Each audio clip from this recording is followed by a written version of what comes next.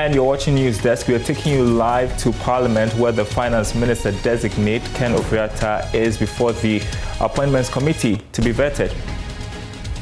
For the Eurobond, we also prepared for vetting. We've been working of merging the two ministries, Ministry of Planning with us, preparatory work for establishment of Tampa, and of course the work that we need to do to that. So I am thankful truly for the outpouring of love and concern and prayers, get well messages. For the Lord heard all the prayers and has indeed filled our mouths with laughter, thanks of songs of joy. The Lord has done great things for us and we are filled with joy. So yes, Mr. Chairman, and also to thank the ministry team led by Charles and Chief Director for the work they have done. I think in the CV, it's basically an assurance that the required education is there, the competence is there to do the work. But I think key to all of this is the issue of background that we have, and to also emphasize that even as you see a Databank on the CV, that was a company that we started 30 years ago with $25,000, and today it has built up to managing under $1 billion of resources, and has 500,000 clients of Ghanaians, 300 employees, and 19 offices. And I think it illustrates, starting from Cantonment to what Ghanaians can do. Let me, with your leave, Honorable Nominee, you were acknowledging Honorable Chairman Sabonsu and the team. It didn't come out. Very upset. No, he was acknowledging those who. No, he was acknowledging Honorable Chairman Sabonsu. Well, for emphasis. Charles, yeah, for emphasis. I know you would. The Chief Director and the team. Yes, there was some point. Yeah, I'm saying that for emphasis. Okay. Yes, yeah. And Chairman, to even further state that I saw him holding a brown bag, which was really an elevation that he has stepped into the shoes very well. And thank you for that. Really, it was amazing. I mean, you know, a budget starts somewhere, immediately we finish the media review, and we've been working on that. Given the hours difference, that means a 4 a.m. start in America, in which we work through the budget to go through cabinet for it to be successful. And just thank the House for the forbearance in having the leader do that work for us. Appreciate that. Very well. The minority leader will start because he wants to leave us urgently. So please. Chairman, let me also use this opportunity to congratulate the Minister nominee for Finance. Understandably, as we have read in the media, unwell but recovered, to assure him of our prayers, but to know from him if he's fit and fit for the job of Minister for Finance.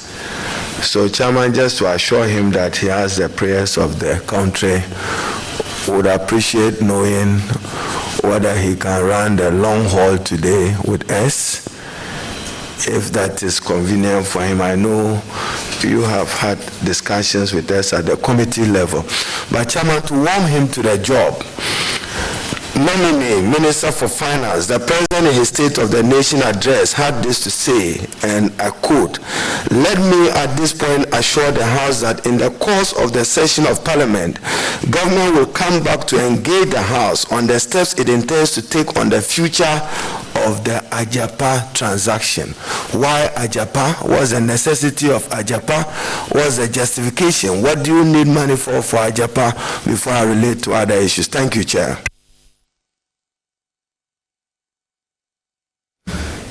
Thank you, Mr. Chairman. Mr. Chairman, certainly that is not a warming to to the process that we get right into action. I think I try to illustrate that since I got in on Saturday, we have launched the Roadshow for the largest bond issue in our country yesterday, and to remarkable responses. We have also, during that period, began the issue of the merger of economic planning and us, the setup of Obatampa, etc. And then, of course, beginning with appropriations and preparing for this vetting. Really, for someone who has worked literally 18 odd hours a year since 2017, I just see no step down in what we have to do. I can assure you that the enthusiasm is there, the strength is there, and the excitement for the future since continues. I think public service is a duty that has its own energy and passion, and let me assure the chairman that there will be no lacks in the intensity of the work that we have to do. So, Agyapa, how much money are you seeking to monetize, and for what purpose? What do you need that money for? And I just heard you, Chairman, in his opening remarks that since he arrived, he's launched the Roadshow for the highest ever. In what capacity did you launch the Roadshow? Minister designate and representative of the president. I have taken note of that. Minister designate launching, raising $5.5 billion in the name of the Republic. I've taken judicial notice of that function and the activity. Yeah. Minister, I also have a letter as president's representative. Still on Agyapa. I hope that was noted also. What do you need the money for? Yeah. Mr. Chairman, I think with regards to Agyapa, there are a few things that we need to assure ourselves of. I think first and foremost, the President has said that we resubmit it to Parliament, and so that shall be done, which then opens up all of the issues that have been brought to bear. But I think one thing I need to note is that truly, I mean, the basis of that transaction was an act that was passed, which was thoroughly debated, and we did not really move away from any edicts of that act. I think it is all of us looking at the state of the economy of a new normal, which seems to be global with regards to debt, and we're looking to interject equity into the way in which the country grows.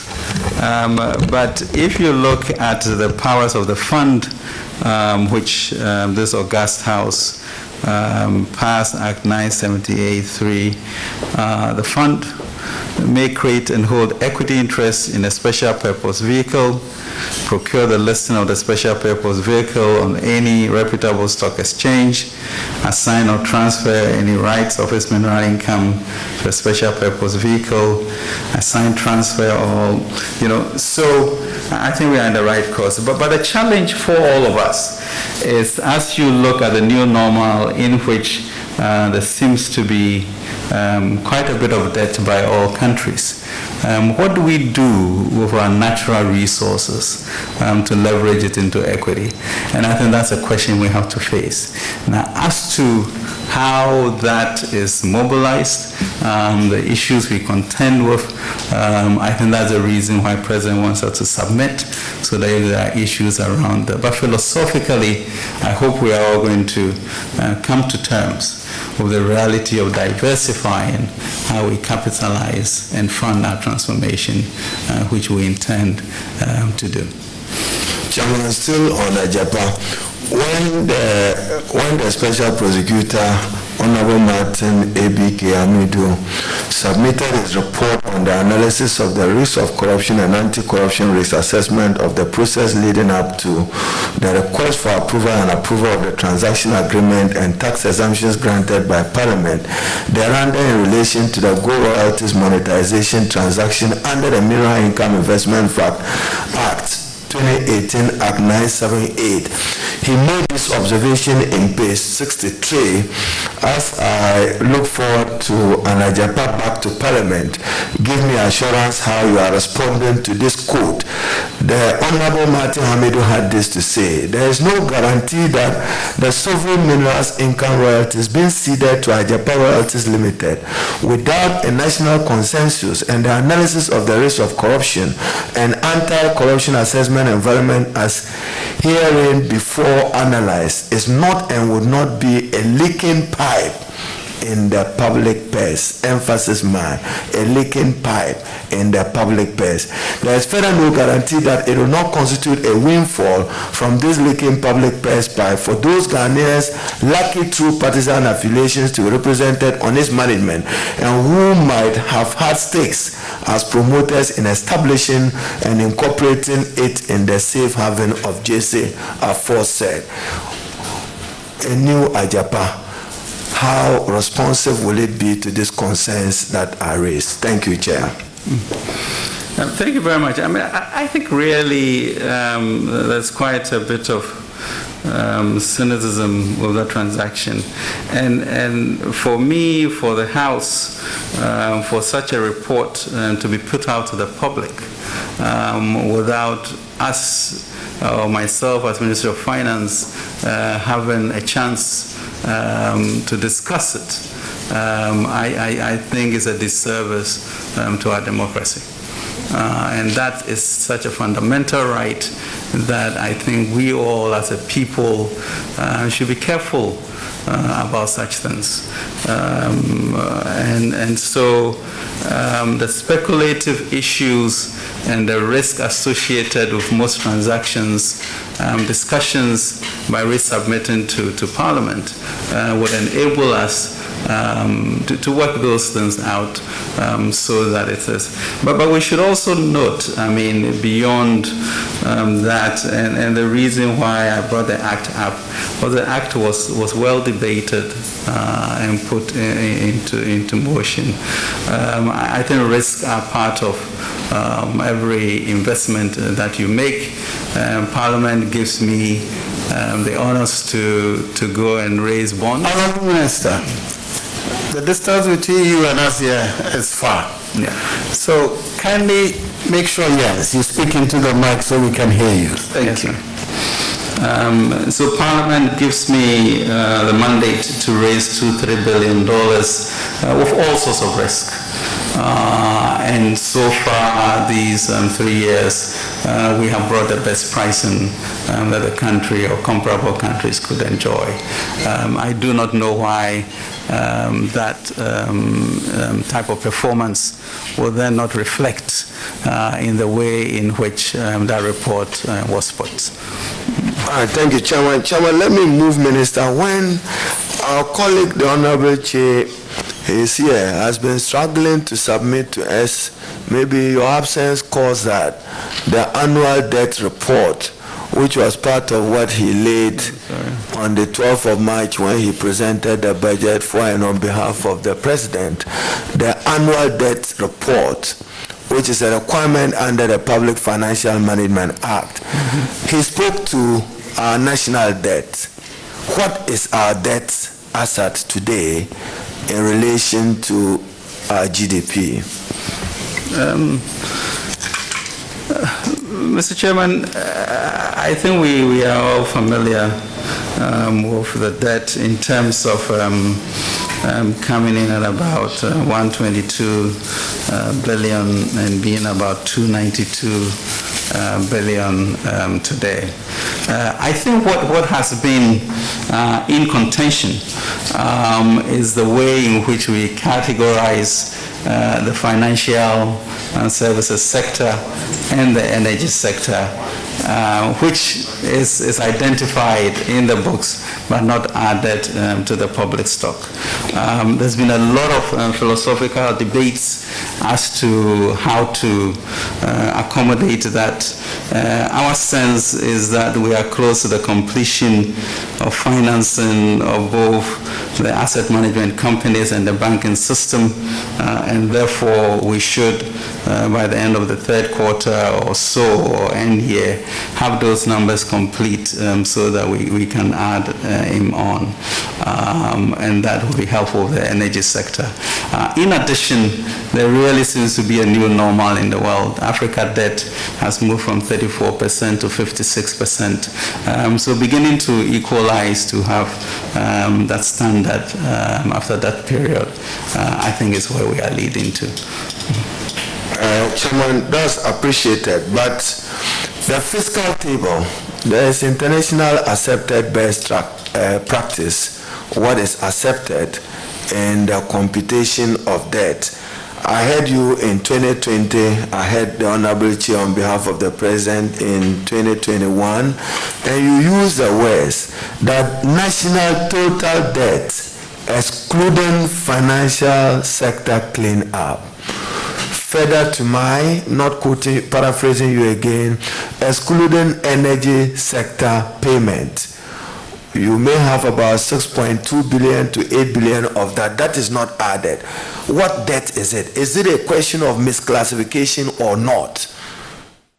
Mr. Chairman, I think maybe we are sort of making a mountain out of a molehill.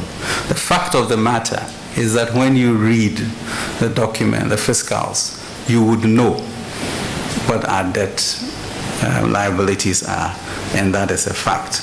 The question for any nation, is to determine how best we manage it. It's not, and we had argued with the international community that this is a special event, and until such time as we know the full cost of it, we are not going to add it together. We have moved to a point, as I've explained to you, that we are going to do, but never was it not disclosed. Chairman, when you say you don't know, in both your budget 2020-2021, you attribute 21 billion as responsible. Why are you not adding that to total debt? It is known and is disclosed. What liability is it? And whose liability is it? We need to know. Mr. Chairman, I think we could go on through this ad nauseum. The question is, was this disclosed? And it was disclosed. Could you add up to come to a summary? You will be able to add up to come to a summary. So our position is that it's disclosed but not added. Is there a new normal? There's a new normal. I told you how we are going to be doing it, and I've told you that once we are clear on that by the third quarter or fourth quarter, that will be normalized. Will it be added on when you know the total? We will be adding them on to have. Will you readjust the fiscal table as we are assured?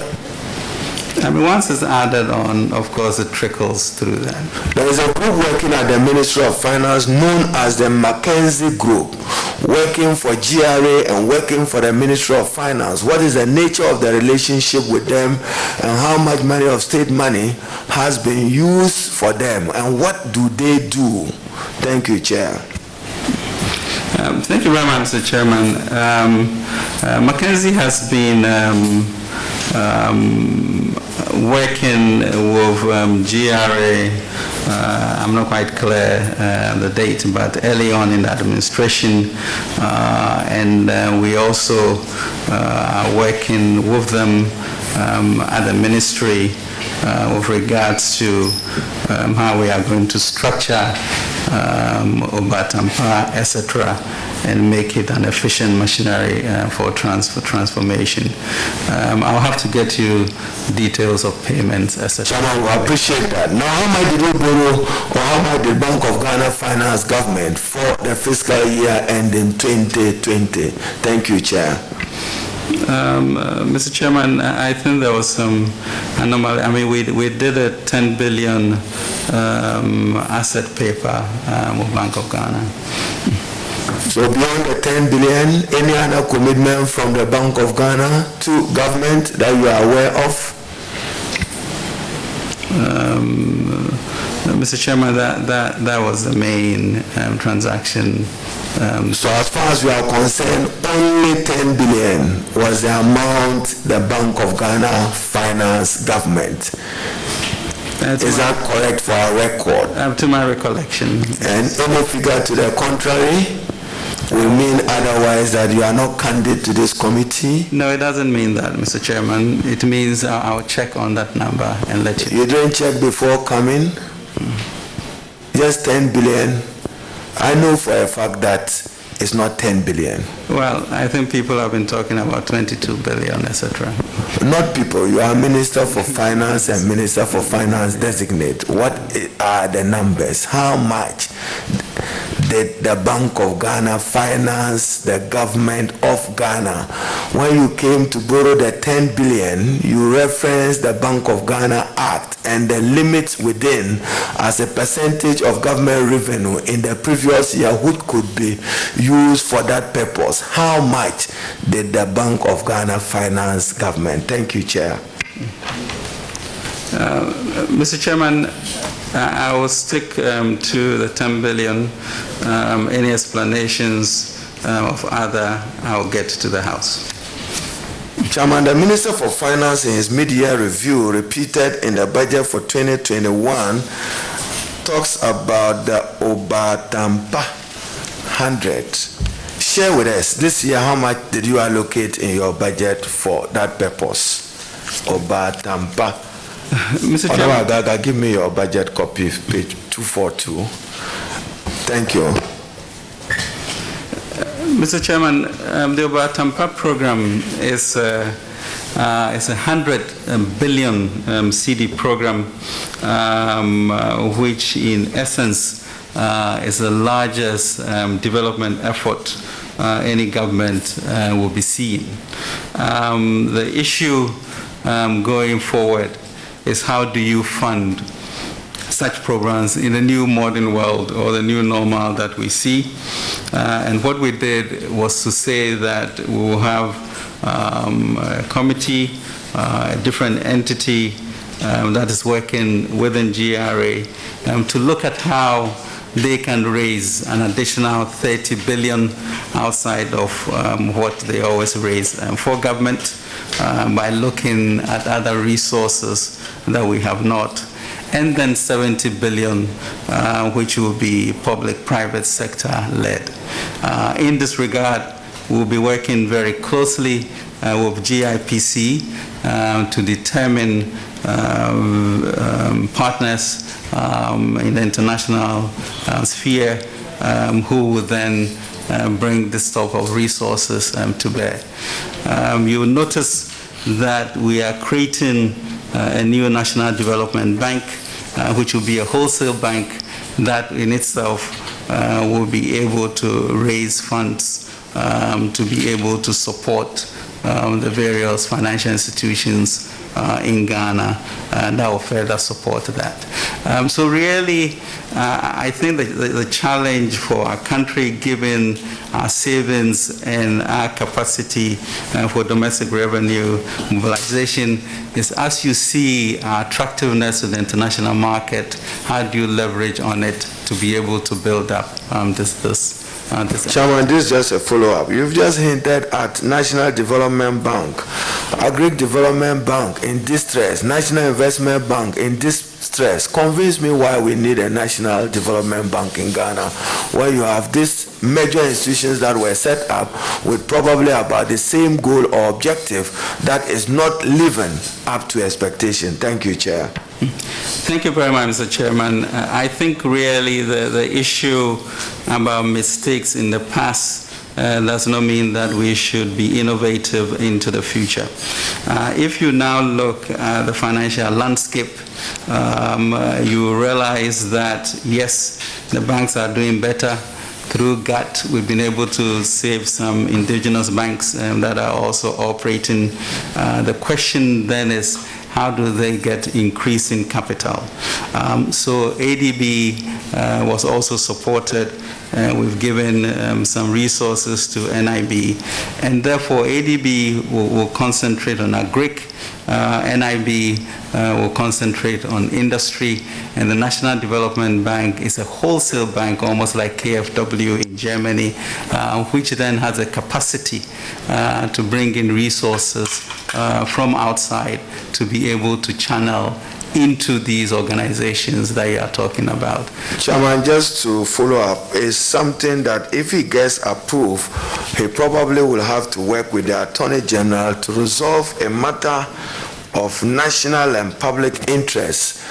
You find ministers of state come to Parliament with agreements, projects, programs, not costed, no value for money accompanying them. They come for parliamentary approval, then they walk away with Parliament that will come back for value for money.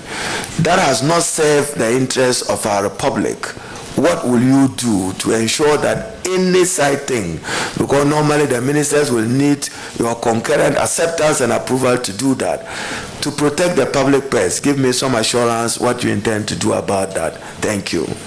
Working with the Office of the Attorney General. Thank you very much, Mr. Chair. It is an issue that I think has been problematic for all governments. In this particular budget season, we therefore propose an expenditure commitment policy where the Ministry of Finance has worked with the AG's office to see a document that will be passed by Cabinet in the next Cabinet meeting, which really goes to say that, you know, if this thing is not in your cost of goods or capex, it can't be unless you can prove that you can get money for it. So beyond the value for money issues, is tightening and making the minister responsible for allocating, for finding the resources to be able to do that. If it's not in the budget, it can't be done. Chairman, related to that is an unacceptable growing of judgment debts. Judgment debts, all of it occasioned by an act of omission or commission on behalf of ministers of state. They commit the state and then abrogate contracts. The phenomena of judgment debt. What do you intend to do about that as Minister for Finance should you get confirmed? Thank you, Chair. Thank you very much. I think, you know, as a corollary to the expenditure commitment issue would be a situation where you don't even get there because it can't even come through. But even with judgment debts, I think we have tried very hard to even renegotiate after the court's judgment. So yes, it's a leakage that we are very aware of and would like to blunt. Chairman, I note that in this 2021 budget statement and economic policy, for some reason, Minister, there is no definite determination as is expected under the Labour Act of Tripartite, some understanding on public sector pay, whether adjusted upwards or maintained. That is not conveyed in this particular budget statement. So it appears to me that public sector workers and civil servants, local government, don't know their fate yet. How come it's missing? Because I know since 2014, 2015, we've worked out a strategy where it allowed you to have sufficient time to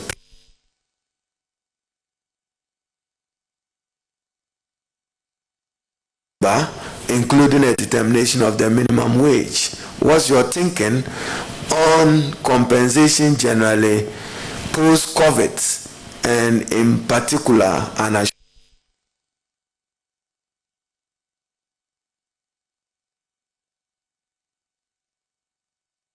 their fate? Thank you, Chair.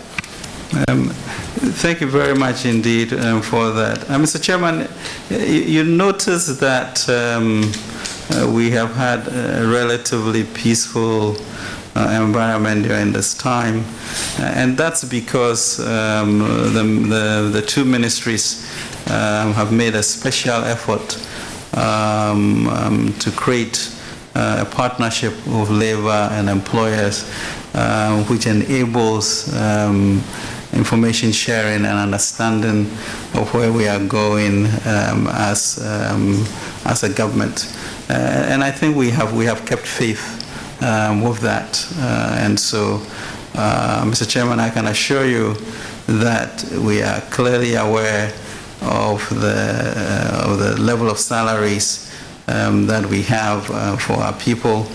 We also know the impact on our revenue, and by all means we'll strike a balance that is sustainable to support us.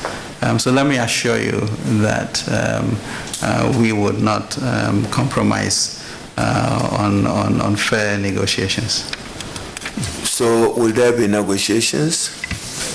There has to be negotiations. Thank you. So we want industrial peace and harmony. Now capping. You are noted for capping our funds in order to deal with what you call budget rigidities and earmarking.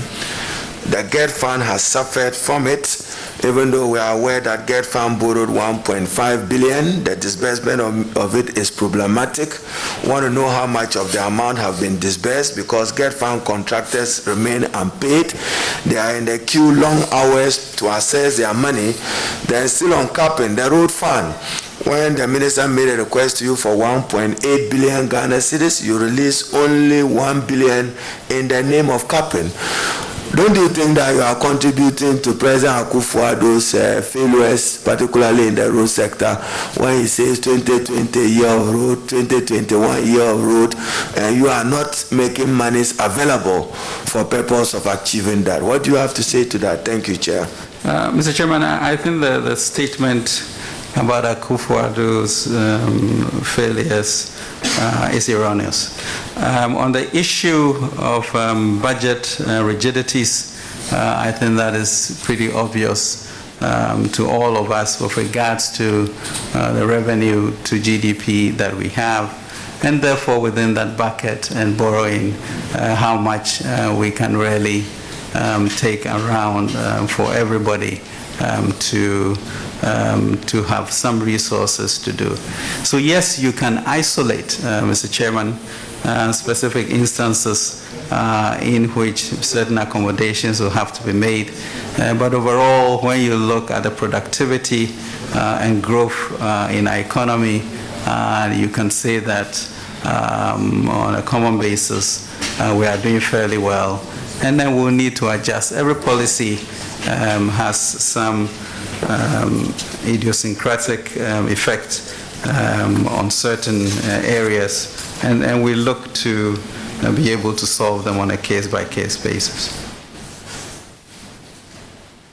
Okay. The leader is done here. You'll be with warm up. I thought you said you leave us for now and come back later. With warm up for him. Very well. Yes, Nilante. Thank you very much, Honorable Chairman.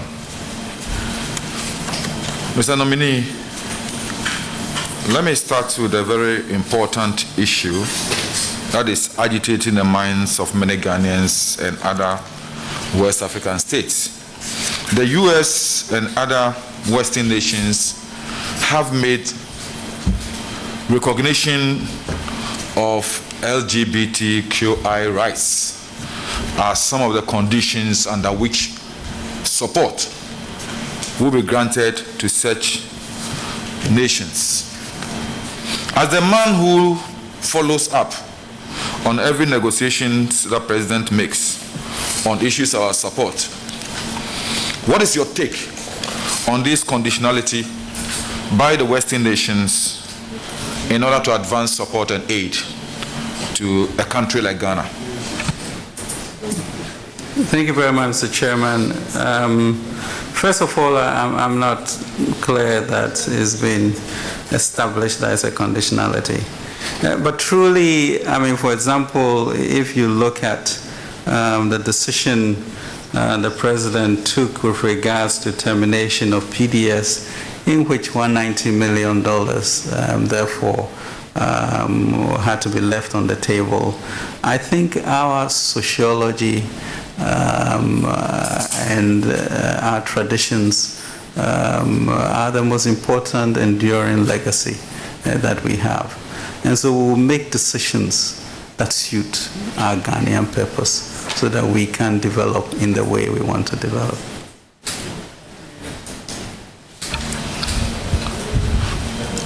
Looking at our estimates, Minister of Local Government Committee, looking at our estimates, we had something revealing. There was an overrun of almost about 46% of the budget for the ministry in 2020, close to about 468 million cedis as a result of increases, especially in donor partners' support. The answer from the ministry was that as a result of ceiling which was granted, Ghana has entered into agreements with these donor partners, so we know how much they are giving us. So why do we set a ceiling on such funding to result in overruns of the budget at the end of the fiscal year? Thank you very much, and I think that's a very insightful question. You know, once the COVID pandemic surfaced, most of our donor partners began to reprogram so that they were front end because the need to save lives and livelihoods was so important. And so that trickled through. If you remember, we were able to go through the IMF rapid credit facility of $1 billion. The World Bank also facilitated things. So truly, I think the events of the pandemic, last year was an extraordinary year. We do not tell ourselves, we have to be clear on things that occurred. But that, Mr. Chairman, was one of the reasons, the reprogramming and reprioritization of donor grants at that time. Thank you. Chairman, if you permit me as a follow-up, when that happened, why didn't the ministry get back to Parliament on this?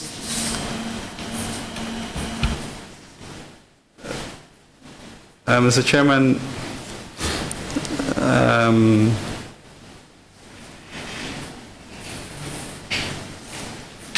I would,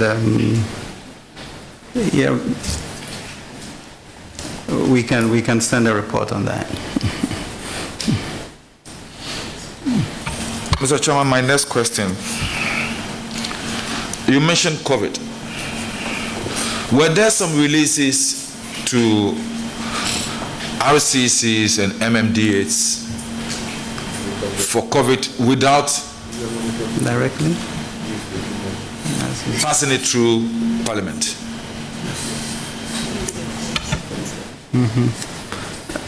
Mr. Chairman, Outside the budget? Mr. Chairman, I don't recall that. I know that we encourage DACF to further support the RCCs and co.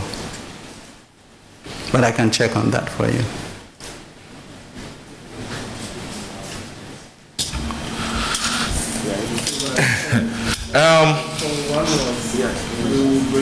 Report and then another check. Okay. let's come home. Prices of almost everything on the market is going up. Everything. Why the justification for increase in taxes at this time when prices of almost every commodity on the market is going high? Thank you very much, Mr. Chairman. I mean, that is a very, very categorical statement. And I think we all need to verify the veracity of that. I think the question of taxes can be an independent question, not linked to that. I mean, we have proposed a number of taxes that you are aware of that would affect petroleum, which would lead to revenue for a Delta Fund for energy, for capacity charges, because we continue to have a gap between what ECG should be paying and what the rates are. So that was one, to make sure that we get the energy sector operational. We also have a huge sanitation problem that you all know about, and I think that is a health hazard for the years ahead, and therefore we are trying to. But the essence of the budget, when we say one year here, is that it's a battle cry for us to join together to look at growth and transformation as opposed to bend our heads down because of COVID. You know, and the question is whether we can burden share and therefore move to sharing the opportunities that will come. Is there ever a good time for taxes? I'm not sure anybody will ever say that. Would we use the taxes to enhance productivity and growth to grow? I believe we will be able to do that. I think underpinning your question that everything has gone up is one of debate that we can have. But we need to move forward. We need to burden share. We need to create a society that also will share the opportunities as we grow. I mean, really, Mr. Chairman, if you look at what the Kufuor government has been able to do between 2017 and 2020, it is phenomenal. If we had not built up the resilience, I think COVID would have devastated us beyond what we are seeing. So we move forward together. We bring these new revenue measures in place. At the same time, of course, we did cancel income taxes for drivers, etc. And let's see how, you know, we create a sense of productivity and share in the growth that we expect to have. Mr. Chairman, my last question. Honorable nominee, this is very important to almost every MP here. In the Supreme Court ruling, Benjamin Kekpodo Rechukwashigan versus the Republic, the Supreme Court said total revenue includes revenue from cocoa, oil, and other taxes. And the Supreme Court said, under no circumstance should the 5% or not less than 5% release to the District Assembly's Common Fund should be touched. Why do you still exclude revenues from cocoa and oil in computing the 5% of total revenue for the District Assembly's Common Fund?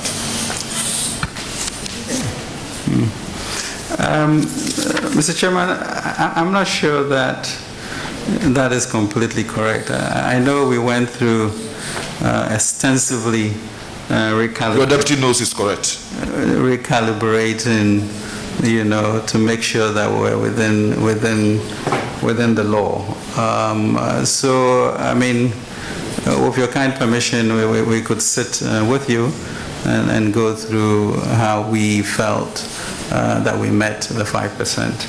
Our ministry will not be structuring transactions that will break the law.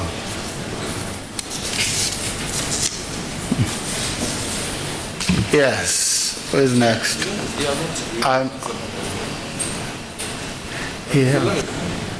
Mr. Minister, please. Your deputy represented you at the committee of the whole on these issues. She's not a member of this committee, but I don't know whether Mr. Chairman will relax the rules a little. And but the truth of the matter is that she appeared before the committee of the whole on this issue. And she knows that we have, as a committee, we have interrogated her on this issue. The 5% released to the District Assembly's Common Fund does not include oil receipts, cocoa receipts. And we are asking, why are you going against the Supreme Court decision? Mr. Chairman, with due respect, I have offered for us to meet to ascertain whether this is true, and if there's any corrective measure to be done, we will do that. Very well. And for those who are ranking members and who may have to go to their committee meetings, I'll give you priority. Yes, Agaga, after that I'll come to you. Thank you, Chairman. Yeah, well. Honorable nominee, just to illuminate the question my colleague Nilante van der Poy asked, the case of Podo versus the Attorney General. The Supreme Court was very emphatic in interpreting Article 2522 of the Constitution.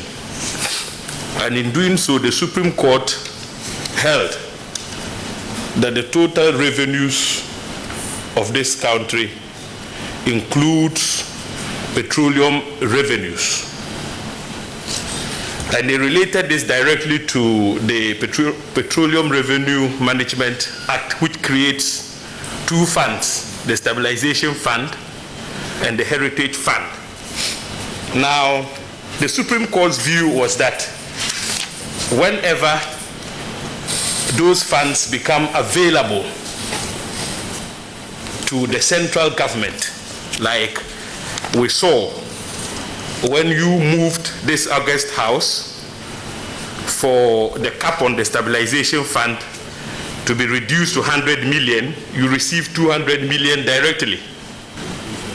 And so per the Supreme Court's ruling, 5% of that amount was supposed to be paid into the coffers of the District Assembly's Common Fund. Now, that was not done. Additionally,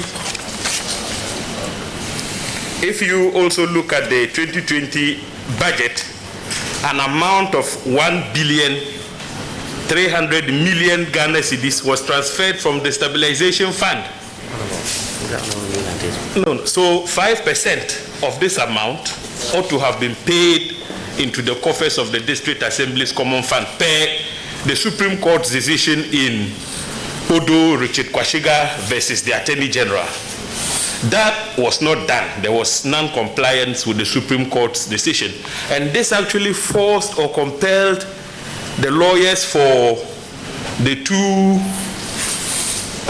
Honorable Podo and Kwashiga to write to your outfit in a letter dated April 30th, 2020, to call for compliance.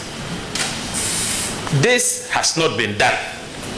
Honorable Minister, why have you failed to comply with a decision of the Supreme Court in all this important landmark decision of our highest court, the highest court of the land?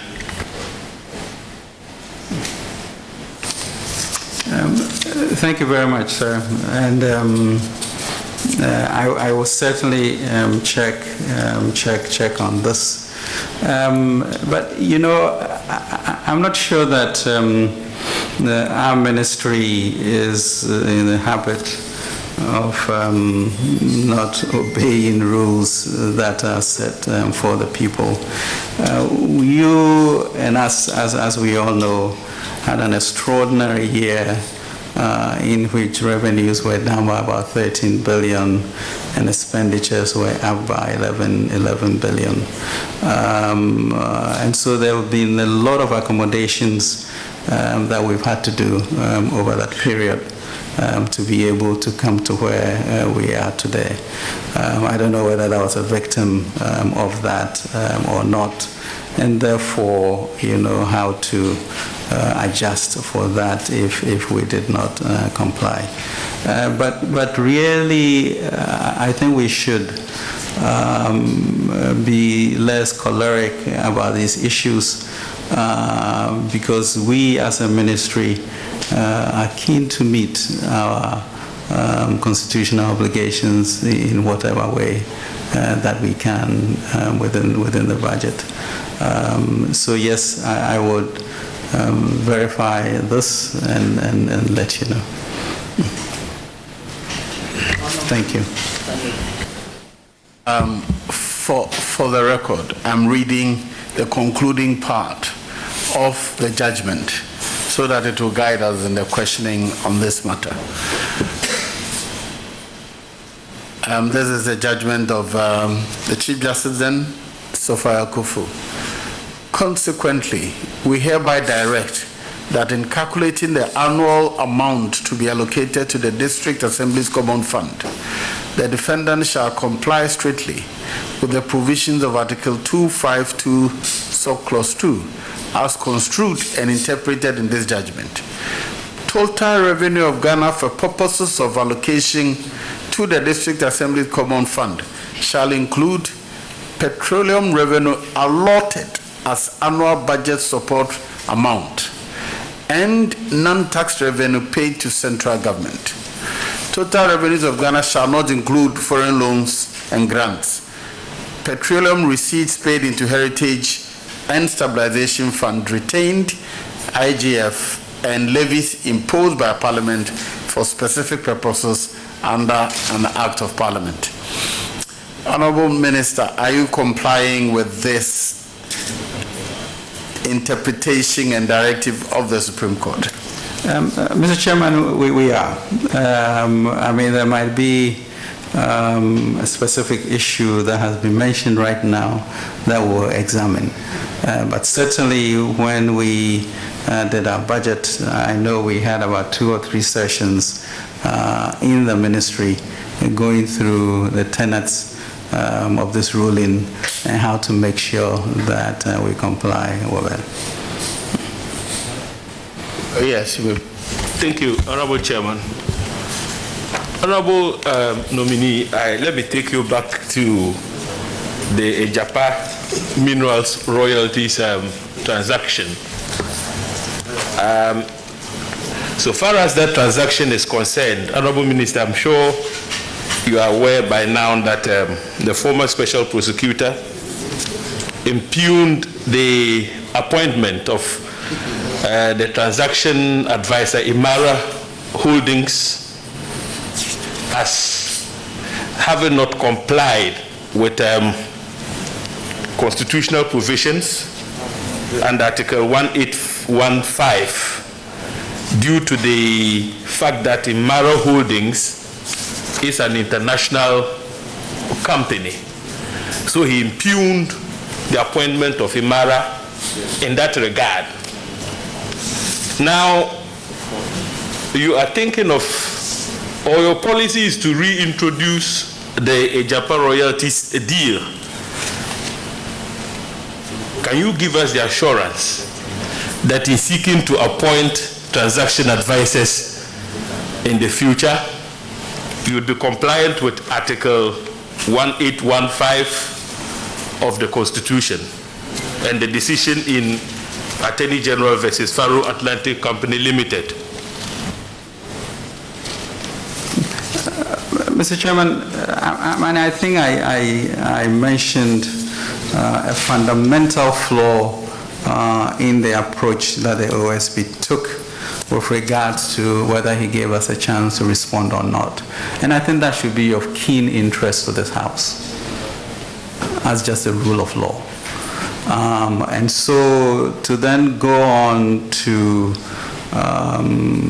accept, acknowledge a document in which your citizens were not able to give their views on that, I think it's something that we should not encourage. I do not feel that we broke any rule, and I think the AG will be able to give you a firm assessment of that. I think such conjectures, are inimical to growth, and it does not help the kind of freedom of policy orientation and innovation that we require for this country to grow. Mr. Chairman, if you consider that Ghana is the largest exporter of gold in Africa, and still this is the nature of our industry, I think it stands to pause that something different must be done. And something different must be done within the remits of our Constitution.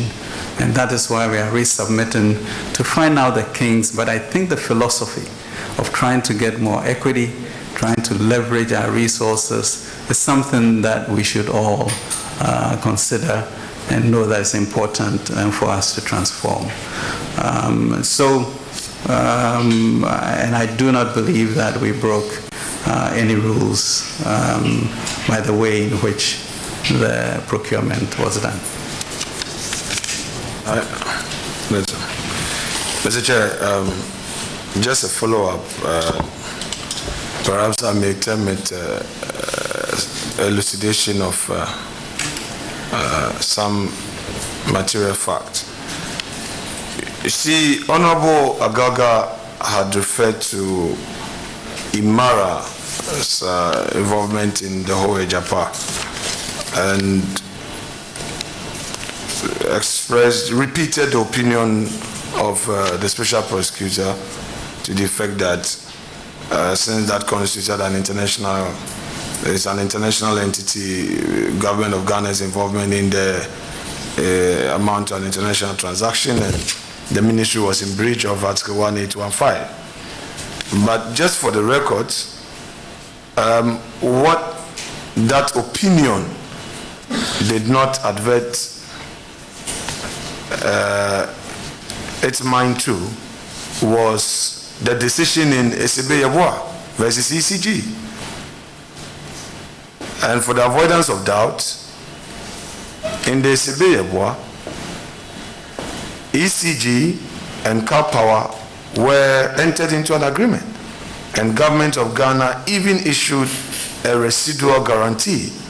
But the Supreme Court's position was, to the extent that it was the board of ECG that took that decision, notwithstanding government of Ghana's residual guarantee, that could not come under the remit of Article 1815. Therefore, the view that even Agyapa, by virtue of MIF being enacted by Parliament and being given the mandate to undertake transactions which included the Agyapa, it didn't even need to come to Parliament.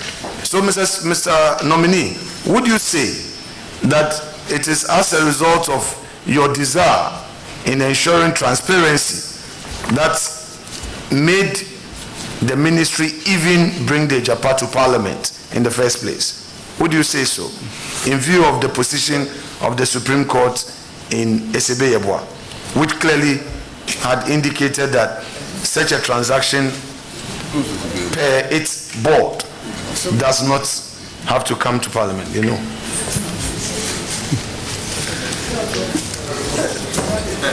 Thank you very much for that elucidation. I think what I would like really to establish is that in the mandate given me as Minister of Finance, I have no interest in breaching the Constitution. And therefore, in the same vein in which we did a transaction in February 2017 with regard to the 2.25 billion equivalent CDs, in which a whole brouhaha was raised, and we went through charge for us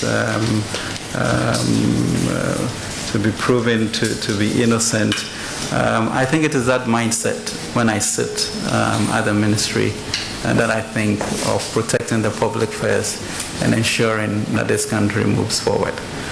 So I would really encourage some forbearance on that, because I think it sometimes poisons the public to think in a certain way, which then blunts innovation and creativity for the future.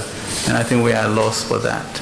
You look at cocoa, for example, in which we have been stuck in working within the 3 billion bucket of seed money, while the industry is 140 billion, and there has been no sit down really by us in this august house and politicians to relook at how we can gain more from that. Is problematic. But I think once these sort of accusations are brought, it is tiring, and it leaves one just doing the mundane. So let us as a people get into a narrative of questioning whether the current uses of our resources are the best way to use it, and find a way to get more equity into our system, but ensure that we follow the rules. Yes, you may continue. Honorable Chair, I want to clarify an issue here. My question relates with Imara, the transaction agreement, distinct from the mineral royalties deal, the Agyapa deal. The Agyapa was brought before Parliament. Parliament approved same. But the Imara holdings, which is a transaction agreement, the mandate agreement did not come. So that was the focus of my question, but let's make progress. Let's make progress. Yes, honorable nominee. I mean, I think, Mr. Chairman, there's also materiality. Okay. Honorable, please, that was not a question. He says he was declaring to us. He will ask his main question. Thank you, sir.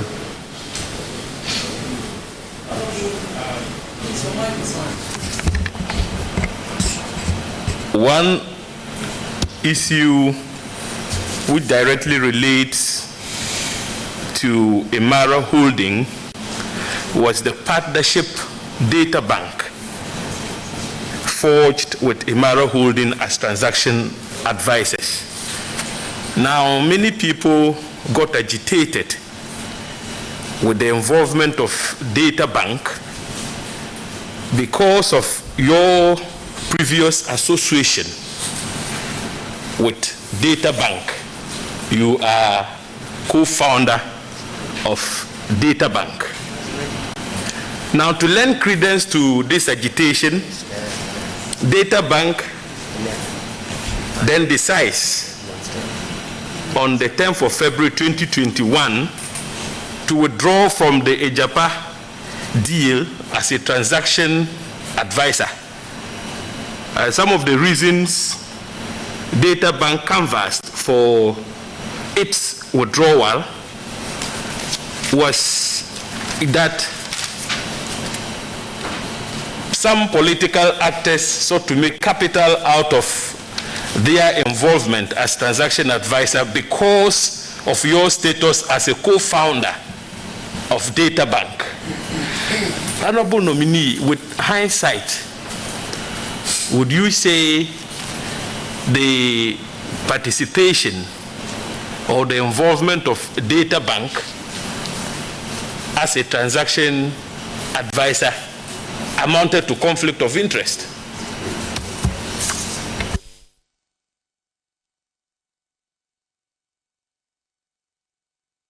Thank you very much, Mr. Chairman. I think that's an area that, I've already alluded to, that the House should be clear on passing the Act. But the question that really that we should debate, I know that in my capacity as a public service official, without being a director but co-owner of that company, I was not part of any decision making with regards to that. But I think we should be having, truly a broader discussion about Ghanaian enterprise, and therefore how independent and experienced entrepreneurs can join government at any point in time. So, Mr. Chairman, here is a company that is 30 years old. Here's a company that started with borrowing $25,000. Here's a company that started I guess, tantamount to a place you would not think an investment bank would start.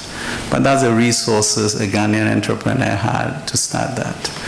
After 30 years with 500,000 accounts of Ghanaians, 1 billion cedis under management, offices around the country, having participated in every Eurobond transaction since we started in 2007, are we truly saying that in the event of anybody becoming an attorney general, you can use your law offices?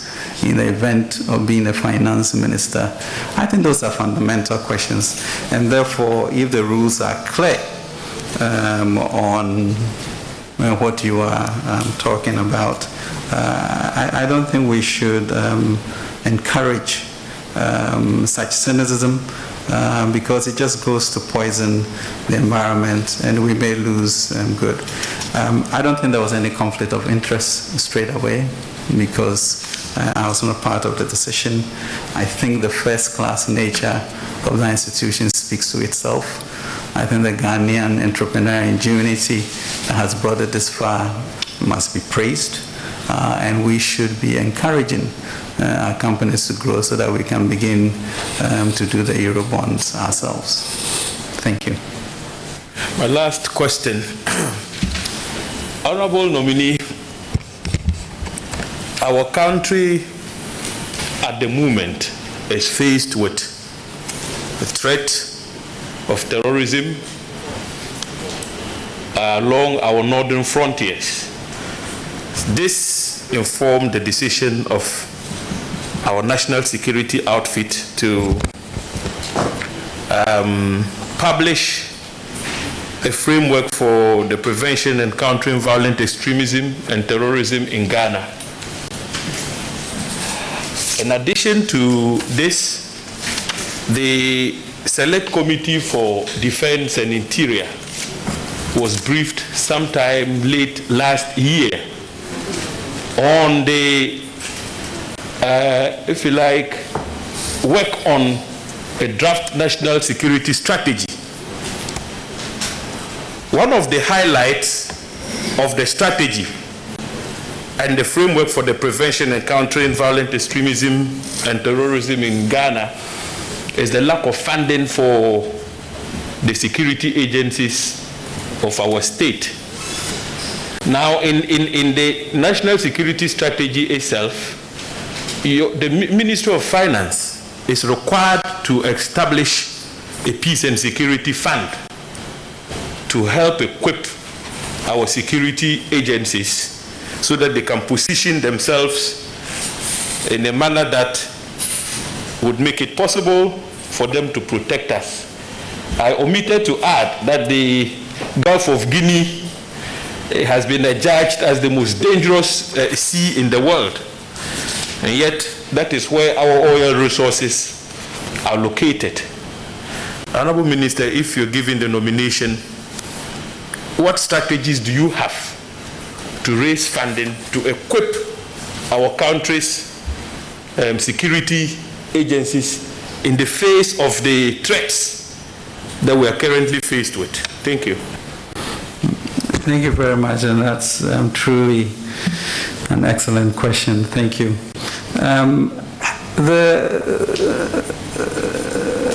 The issues we face, that is a gap between our savings, and as you know, we are running a budget deficit, which therefore goes to suggest that there has to be some accommodations and repurposing, etc., to be able to do that.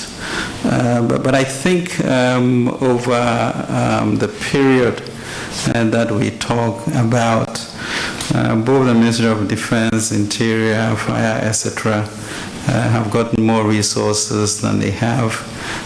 We are funding forward operating base to be able to tackle the issue of protecting our oil reserves. But within the sort of the Accra initiative and the Ghana Boundary Commission and various things we are doing is certainly to look at national security, because to be able to maintain our status as a pillar of stability and democratic governance, there has to be security. We also are at a point where I think the ECOWAS protocols enables our neighbors to literally stay here ad nauseum, without the 90 days. And given our attractiveness, I think we're going to have more of an influence. So there's a discussion that we are having to see how we can raise the appropriate resources for that. But I think that really, in a sense, should lead to some amount of empathy when you begin to ask about some places being capped or uncapped, and measure it against, the potential cost of this that we have to do as a nation.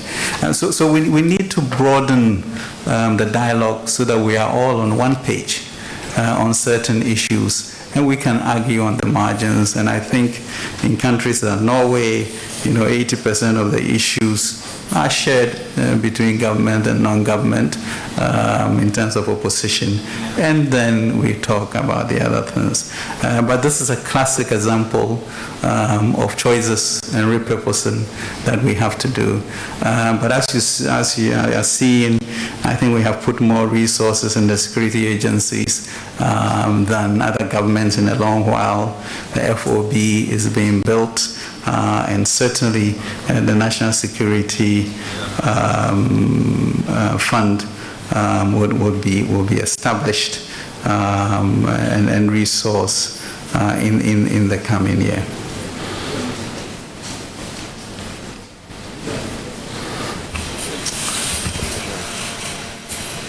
Yes. Muslim. So you may ask your question.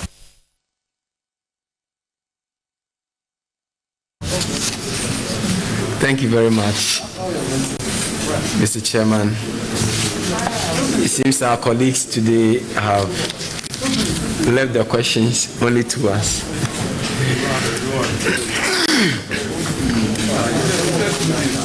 Honorable nominee,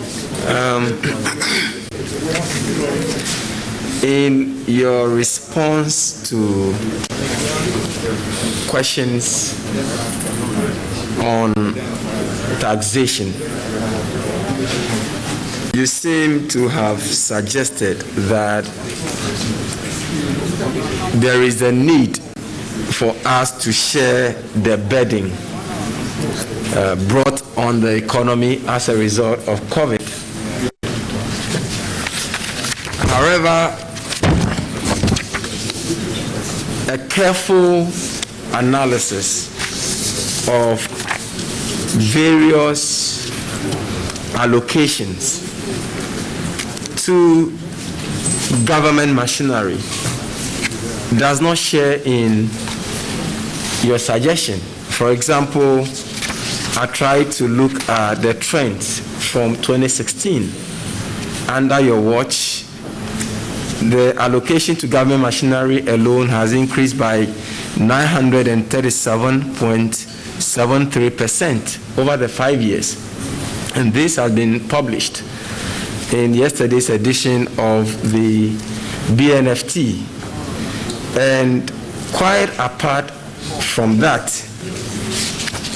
when you look at the allocations between 2020 and 2021, it also increased by 504.85%. This clearly does not show a mark of a government that is willing to share burden, or that is willing to cut down his own expenditure as a way of commiserating with the citizens who are being taxed. What would you say to that? Thank you very much, Mr. Chairman. The linking of taxes to OGM, I guess I'm not sure where that is, unless you are suggesting that the OGM is profligate and uses money in a way that does not support. Not quite exactly. I'm only asking that with reference to what you said earlier, that the reasons for the introduction of the taxes is because we want to share the burden. But I'm saying that was, as a policy, you are willing for people to cut down their expenditure and pay more in taxes, government by itself or the OGM is not willing to reduce its own expenditure. And that is what I want you to respond to, Mr. Nominee. Yeah, I think maybe a deeper analysis may require us to understand the responsibilities or new responsibilities that OGM has taken. Clearly, you can see the adjustments in the number of ministries that government is making, etc. So I think that would require some insight as opposed to isolated numbers as to exactly the increment in mandate and what it is that is happening. So yeah, I wouldn't, ascribe this to a disproportionate burden sharing as a policy. But truly, I think the burden sharing is something that we should all embrace and make sure that the transformation of our country goes on. But I would certainly examine that. Thank you.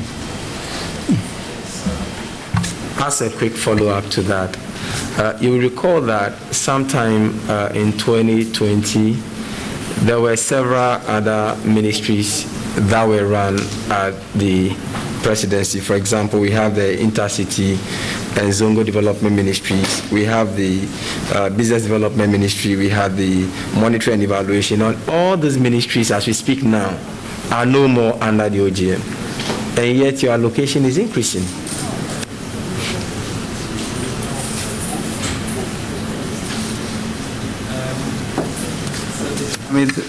Thank you very, very much for that. I think we should check our appendices for some of those. Yes, some of those are out, and certain other obligations, are being taken on. I think we have learned quite a bit between 2017 and 2020 with regards to effectiveness of execution, and therefore there are some areas of government work that will still need to be deployed to make sure that the President's vision is realized. Honorable Nominee, my second question will still Oh no, it was a follow-up. It was just a follow-up. It was just a follow-up. Do you want to ask?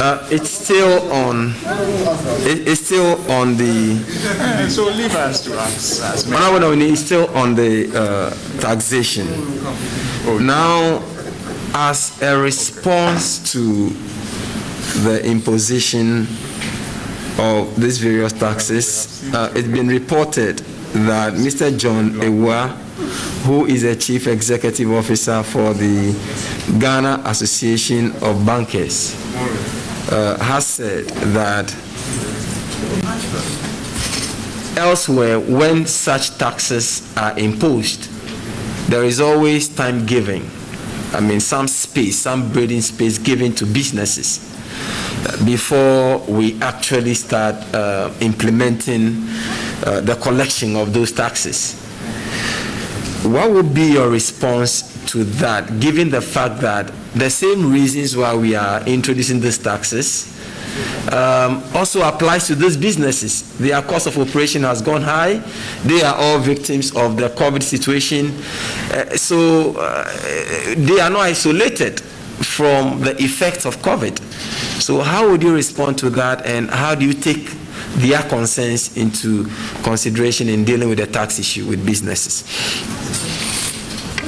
Thank you very much. I think Mr. Ewa must know that usually when Parliament gives us a go-ahead for these, it doesn't take immediate action. So I'm not sure he's saying something new. And you also realize that we had a tax deductibility element for tourism and hotels, etc. So truly, I'm not sure,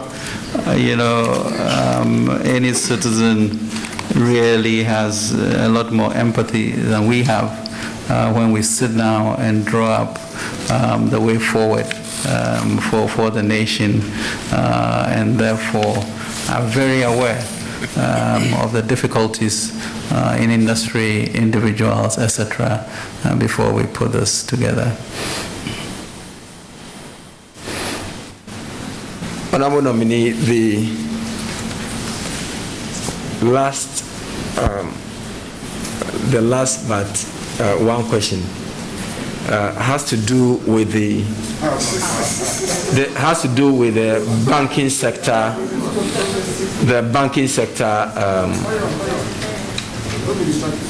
banking sector cleansing. Many watchers have described the banking sector cleansing as not wholly fair and not wholly in utmost good faith. And I'm citing one particular example with respect to Unibank. What about it? Honorable member, you know that the issues first, they are pending court, pending before arbitration, and Parliament has set a committee to investigate that. Can we leave those matters for those committees so we don't make prejudicial comments, right? So can we ask another question? Very well considered. Well, I mean, the aspects that I was going to ask, I'm not sure would have prejudiced the outcome of that, but I concede, Honorable Chairman. Honorable nominee, in presenting the 2020 budget statement,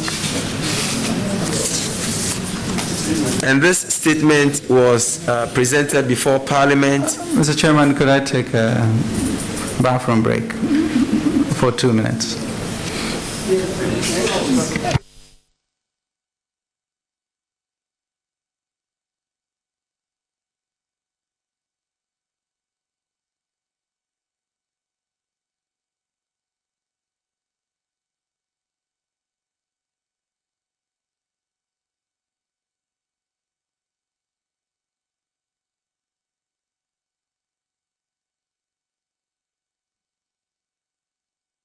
indicated that you would give priority to ranking members who had to go and chair their committees. Yes. And chairman. Well, I'm not aware if there are any chairman of committees on our side, but you did indicate you'd give priority to the ranking members. Yes, and we're accommodating that.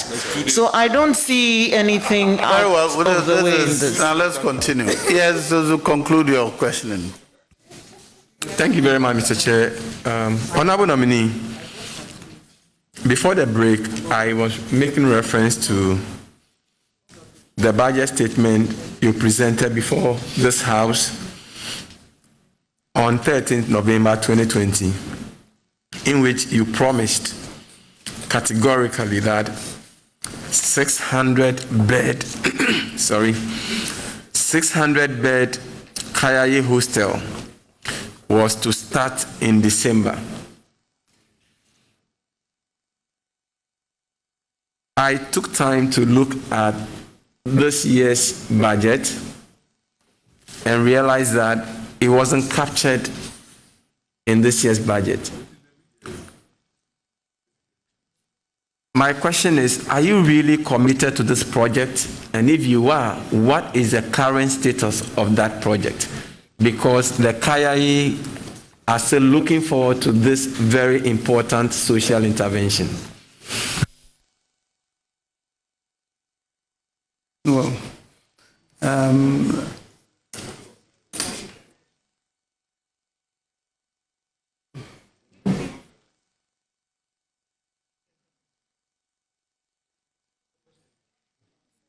what is that? Yeah, the honourable minister, we're waiting for you. Yeah. Yeah.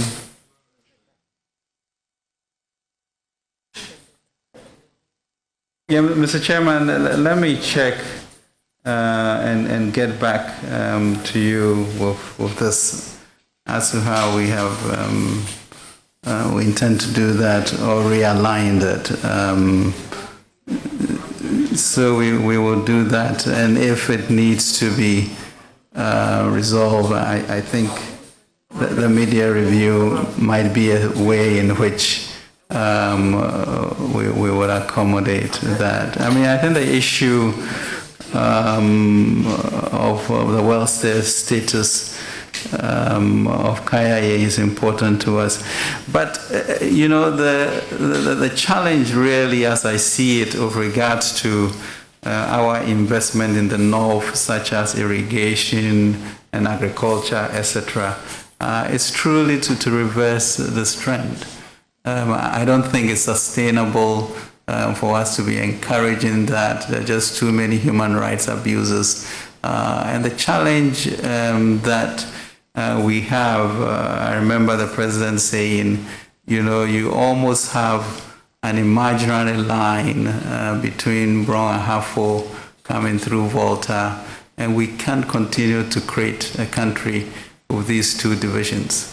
So the question is, how do you turn the north not into the backwater of Ghana, but actually a destination? And this is where the irrigation issues that we are contemplating, the financing that we got from AFDB for larger farms are doing, the issue of international airport, so that suddenly you have a certain reversal. And I think that really strategically is what we should be looking at. And that is on the agenda for our Obatampa project in terms of investment that we are looking to the north. But I'll certainly look at this issue, and if we have neglected to do it, then to consider it in our half-year review.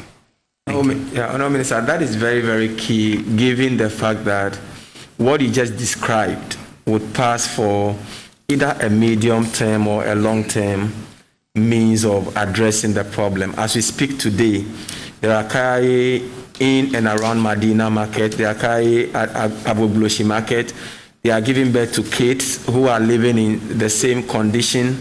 So the inequality and the plight of this vulnerable group is so key. And it is said that if you want to measure a country's growth, you should also look at how they treat their most vulnerable populace.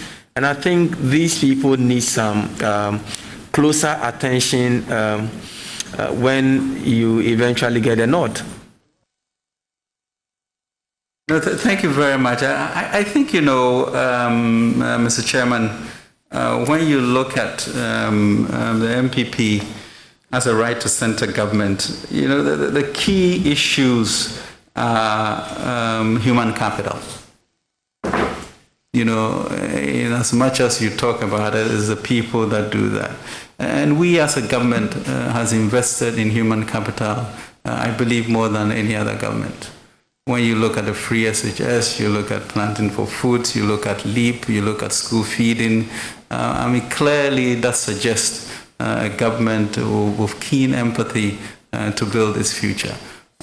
So we are no less, concerned about that. And sometimes I feel that people are preaching to us while the statistics really indicate that our concern, budget allocation to these areas have been greater than most people.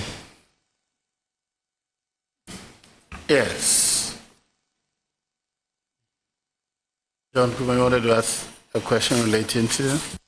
I wanted to provide some information on the KIA project and to assist the nominee. Well, if you couch it in such a way as that to a question, then fine. Otherwise, that for information, you share it before here. Okay, so, but once the question has been answered, it was under the Ministry of Business Development, and an award for the construction of the project was done. The problem was... Ask him whether he's aware. Yeah, okay. So, Honorable Minister, were you aware that the 600-bed capacity of the KIA project was awarded to a contractor under the then Ministry of Business Development? But the problem, the challenge was to do with the land. The site for the land was around Kolebu traffic light. Let me finish. So I'm laying the foundation. The contention between AMA and Kolebu Teaching Hospital had to do with ownership of the land. So because... As Honorable Minister, are you aware that the project for the construction of the hostel being awarded? Are you aware? The Kayai hostel. Mr. Chairman, I have not read the handover notes for that, but it seems encouraging because he's leading to an identification of a contractor, the usual bickering as to who owns land, and therefore maybe there might be an easier solution than we think. So what is the status of... Will you intervene between Kolebu and AMA to ensure that an acceptable location of land or site is identified so that the project can be carried out?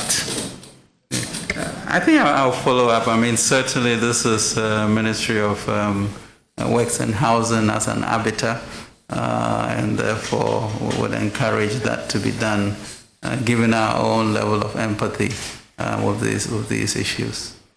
Thank you. Yes. How are you doing? Yes, Honorable Ayaga.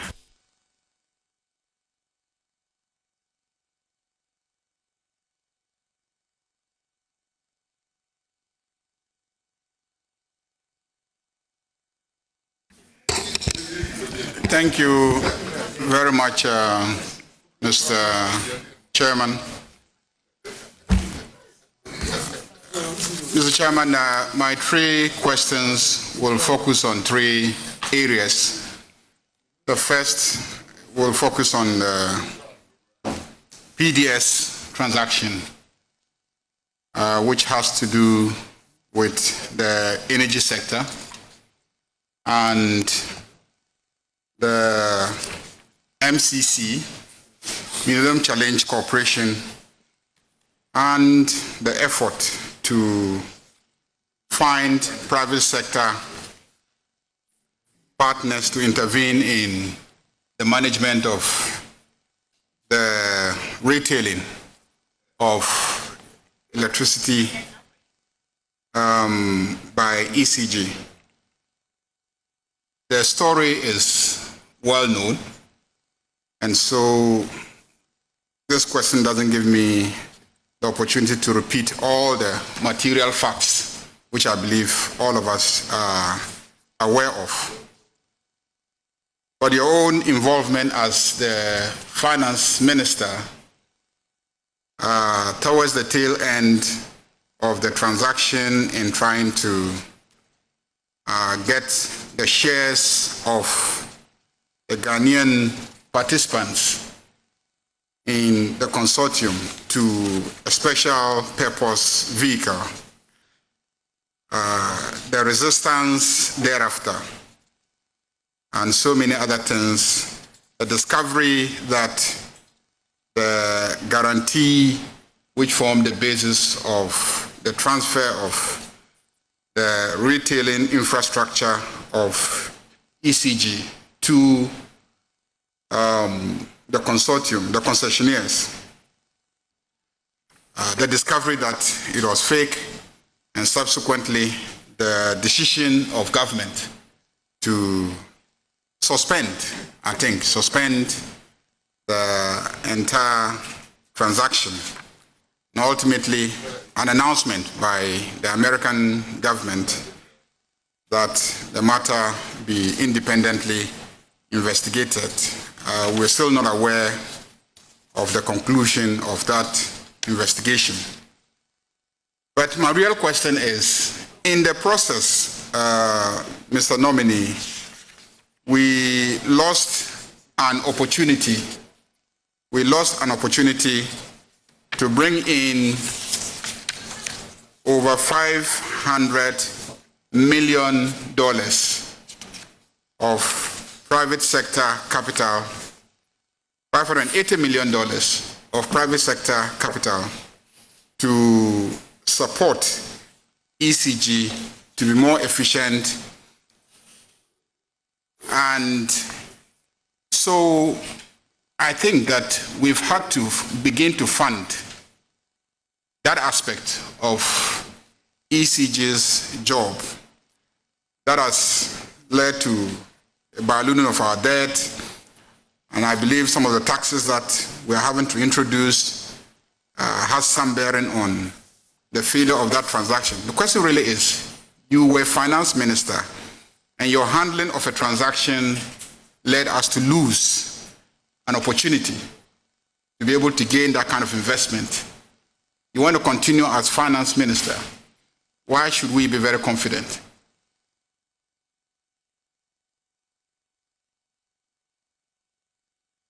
Thank you very much indeed. I think that's an excellent question.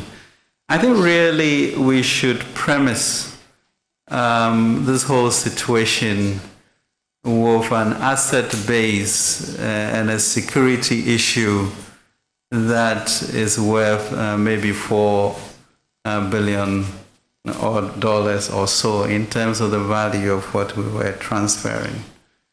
Now it is foolhardy when you realize that the conditions precedent, the conditions subsequent, and therefore the ability for the concessionaire has a fake transaction in the middle, with the Americans also thinking that we can go through. First of all, let us understand that the transaction had begun before we came into government. The president looked at it. It's really a utility entity, 25-year concession, etc., where literally after you set good rates, profitability is assured. The president did not see any magic wand in which a foreign entity should have 80% of the value and the Ghanaians should have 20. So immediately he moved that to 51 for Ghanaians and 49 and for foreigners. There was a clear feeling that the Americans will not support that. He was insistent to do that. So that was right. Then we went on. Yes, I did write a letter in which we were insisting that there should be a special purpose vehicle to hold the Ghanaian shares. Because if they held those shares individually, it would have been easy for the foreign company to align with one shareholder, and then the whole basis of maintaining this thing as Ghanaian-led will not happen. There were, I think, 3 companies left, BSC, Meralco, and EDF from France. BSC was disqualified on the basis of non-disclosure. It was a Chinese firm, American money. EDF, I think, was not happy with the Ghanaian dominance of that. And then Meralco turning into BTS had their Ghanaian shareholders. So I'm not sure whether characterizing it as a lost opportunity when you know that you are at the precipice and there's something wrong and you fail to have the courage to be able to pull back to fight another day. I think you can maybe even link it to the issue of the banking crisis where the asset quality reviews were done. It was clear that the banks were going to collapse, and there was a lack of resolve in being able to do that.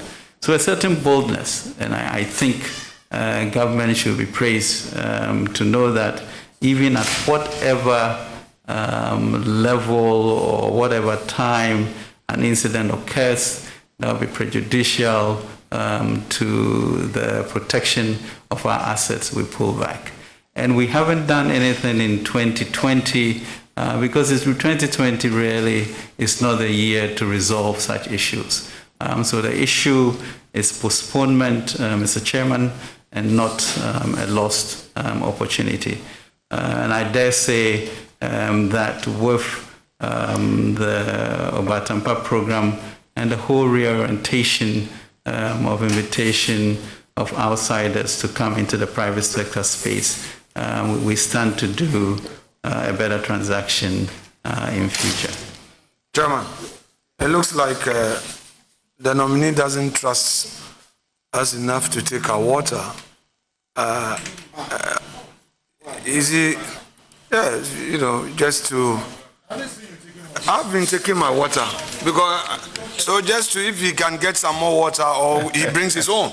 I've been taking my water. Oh, please.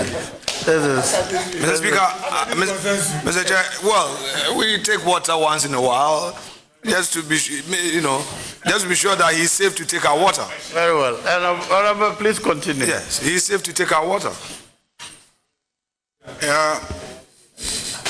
Mr. Minister nominee, the question really is, you had absolute control over the management of the transaction, i.e. Government of Ghana and MCC Corporation, which was passed this one an act of Parliament of Ghana, a subsidiary. You took over the project. You decided to realign the shareholding. Changing it from 49-51 is definitely praiseworthy. So you were praised for doing that. But you haven't been able to implement the transaction. That's the point. Why would we praise you? Because a transaction that you were absolutely in control of ran into a crisis, threatened to lose us a strategic asset, and you pull the plug, and then you want us to praise you. How is that? Mr. Chairman, I'm a little confused. I'm a little confused because I think your deep knowledge of this transaction asserted that there was something fake about the guarantee that was coming. So as you look at such a strategic asset, security implications, it's, you know, you put runners on the field and one jump starts and run and you say that you, the referee, have failed. I don't know that. And I think it should be quite clear, as you said, that yes, we changed it from 80 to 51, and that was a good thing for us. We looked at the non-compliance of the conditions subsequent, and it wasn't clear that it was going to happen. And we had the courage to pull. I think that is good. Do we have time to redo it? Yes. Is the 580 million or more lost? We don't know that for a fact. I think we are in a better situation to reassess and come back to market. So that would be my characterization of a government that really protects its assets. Mama, I have one on PDS. Chairman, if you tolerated me. Minister, PDS, just as the Honorable Ayarga have observed, we lost a golden opportunity to allow for private participation in the operations of ECG and to allow for new impetus that allowed for more efficiency in the delivery of their services, apart from the $190 million that are lost. My follow-up is two. You have an idea what the state of the PDS account is and how much is in the account and whether there's been any reconciliation of the account with PDS. Then, related to it, Chairman, is did you ever officially write to PDS and give them an opportunity to correct any of the matters that were brought to your attention relating to fraud in terms of their bank guarantee? Thank you, Chair. Mr. Chairman, you know the issues of PDS to a certain degree are in court. And I'm sure we will resolve those, you know, at the appropriate time. But I think we did the right thing. I'm not sure that any Ghanaian should be having much empathy for them not being able to meet their conditions subsequent. And that is a good thing that we have it back in our fold to be able to come back another day in the way with the learnings that we have had and going forward.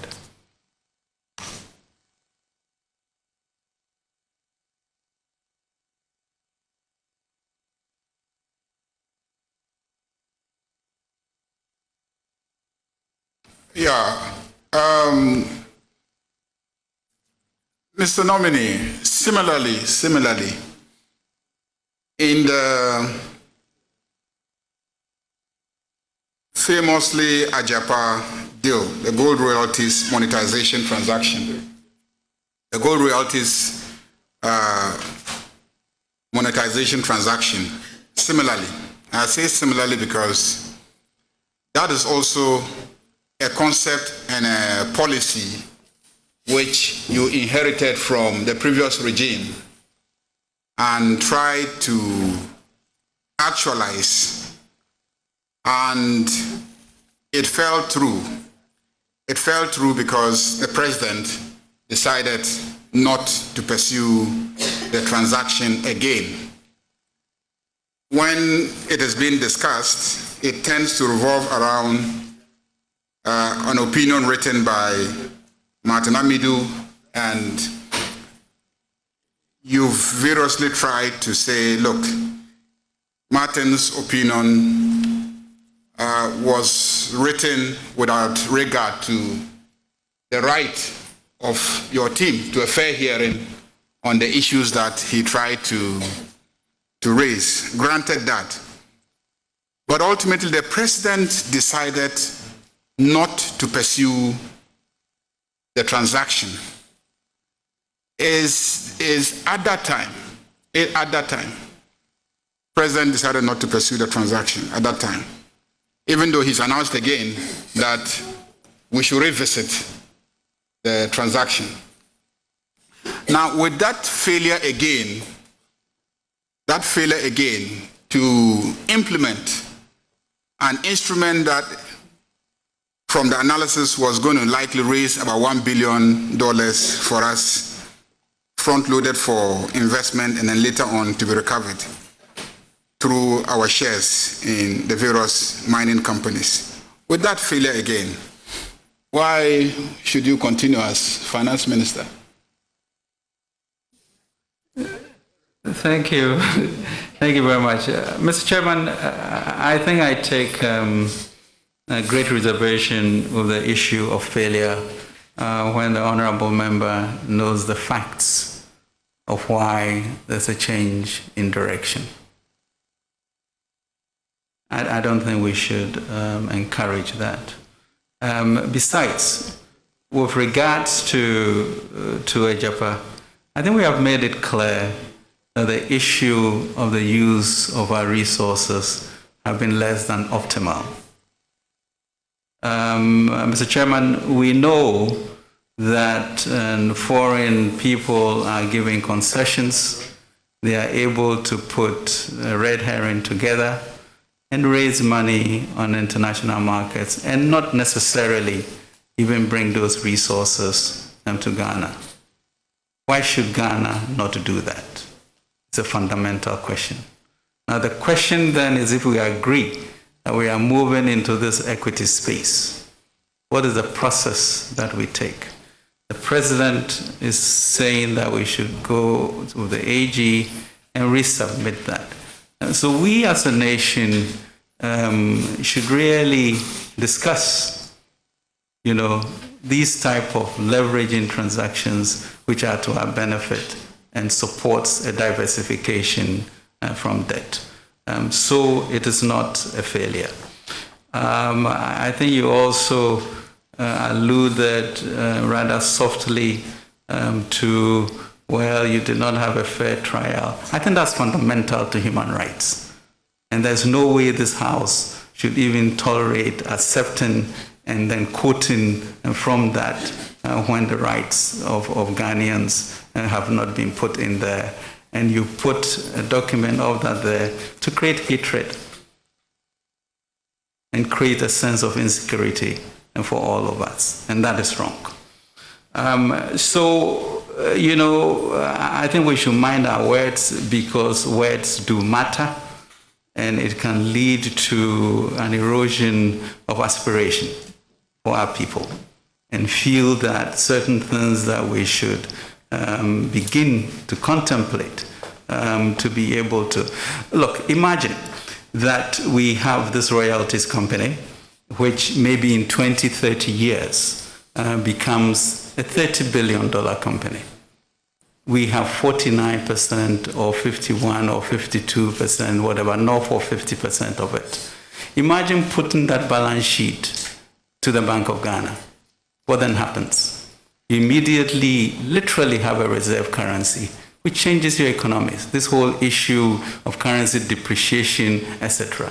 And we have these assets sitting because the language that we have as a nation does not embolden anyone to be able to examine these things. I think that's important. We cannot go on this way, and we need to find a way. Yes, if I did not consult chiefs or etc., let's do that. If Parliament really went through the MIF Act in a good way, for them, if we read the Hansard, it was a very spirited debate in which we got the Act. Now, if we are talking about agreements that supposedly were too fast, well, that's a different issue. Okay? If you talk about Jersey and why are you in Jersey, there are reasons for that. Talo, Vodafone, etc. are there. So those can be cured. But let's not kill the possibility of us as a nation rising beyond others.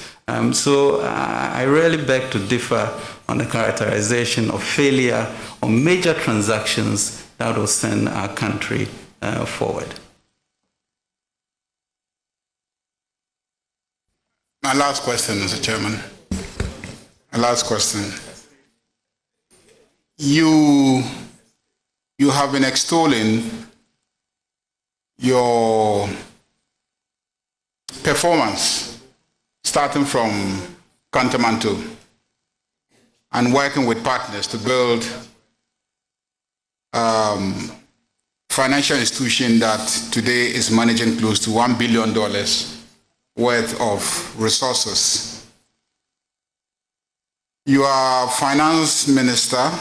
I mean, you were finance minister for 4 years, and you're seeking to become finance minister again. And that financial institution has featured in a number of transactions in which the government is involved. It started featuring even before you became finance minister, granted, under most governments. And now you are finance minister, and that financial institution continues to feature in major financial transactions, especially now that we are borrowing a lot. We are borrowing a lot from the international financial market, and that institution, Databank, is involved enormously in the process. People have raised questions about conflict of interest. Constitution frowns on conflict of interest, and we public officers position ourselves in such a way that our personal interests conflict with our public responsibilities. Can you brief us on how you are managing your relationship with the financial institution in such a way that the perception of a likelihood of conflict of interest is demystified and addressed in people's minds? Yeah. Thank you very much for this opportunity. I think it's it's a problem that, of course, may be taken advantage of, or you may look at the minister and know that such is not the way in which he operates. But I think in the end, Honorable Chair, I think it's up to Parliament to get our Public Services Act or something passed so that there's clarity on that. U.S. investment bankers are usually chosen as Treasury secretaries, etc. So the problem will continue in which expertise outside of the political cycle may be invited to the finance ministry. And we need to protect and encourage such international expertise. I suspect if we look at what the ministry has done with regards to enhancing our ratings, reducing the interest rates when we go to the Eurobond market, that's just phenomenal savings that are relevant. So I think it's a responsibility of the House to really protect that ministry and encourage experts to participate. But the issue that you have raised, for example, if Parliament was telling the world that, look, these guys have been doing this since 2007, first to do it, they've done it with every government, then it's a non-issue. Now, if somebody wants to politicize it, of course it's an issue, but I think that the truth of the matter and the idea of supporting the indigenous Ghanaian firms, the idea of encouraging people of expertise to come in government, should be front and center as we look at this, or as we may be denying the nation some expertise that may be relevant to the future. But yes, in my situation, I truly do not engage in these sort of procurement transactions as we think, broadly on economic freedom, the space for people, our international relationship to make sure that we get the best deal. So I can give you my commitment as to what we do.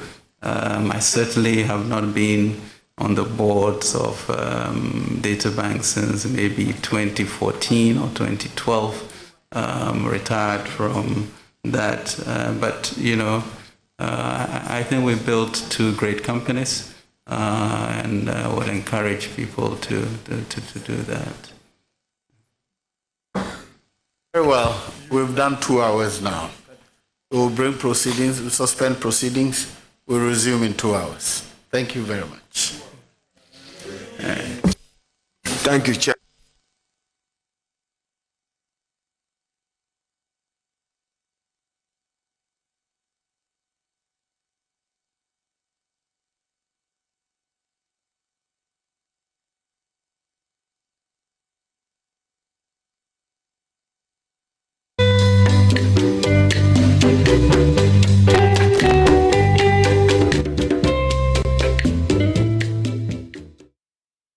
You're live on the Joy News channel. This is the vetting, or our coverage of the vetting of Ken Ofori-Atta, Finance Minister. Key among the issues that he's had to address are the taxes that were imposed in the 2021 budget. He's also had to repeatedly explain different aspects of the Agyapa transaction.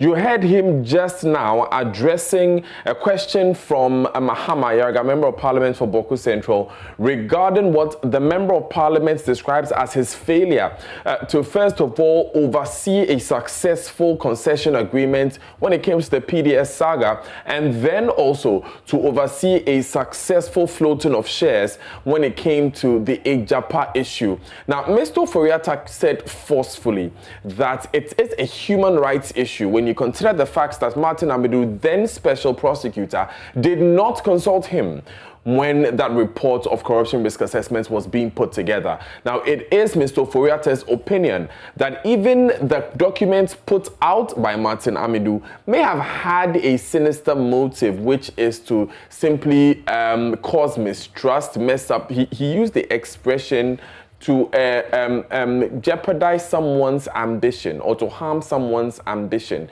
He said that those documents were put out to cause mistrusts. And he feels that those documents should not even be referred to by the House, which is a House of record, because of the nature in which that document was gathered, that is, i.e. without his input as one of the persons of interest in that document. Very, very interesting set of responses he had there. Of course, he's also had to answer a number of questions having to do with the economy of the country, having to do with our debt level, having to do with our ability to service our debt, whether or not our debt level is sustainable currently. The number that he gave was 292 billion, which is our debt now. He said that we came to meet a debt level of 122 billion, which should give you an idea of how much this government has added. Of course, he's talked about COVID-19, the levies that have come. He's talked about the importance of sharing burdens, which has been the theme, really, of the 2021 budget, and the reasoning behind the taxation that we are seeing currently. Like you heard, the First Deputy Speaker of Parliament, Jose Owusu, who chairs that committee, like you heard him saying, the committee will take a 2-hour break. Will return at 3 p.m. For another 2 hours, following, of course, that 2-hour session by the committee, of course, with Ken Ofori-Atta sitting in the chair. My name is Daniel Dazi. Many thanks for joining us. We will be back here at 3 to bring you the other part of Ken Ofori-Atta's vetting. Thanks for watching.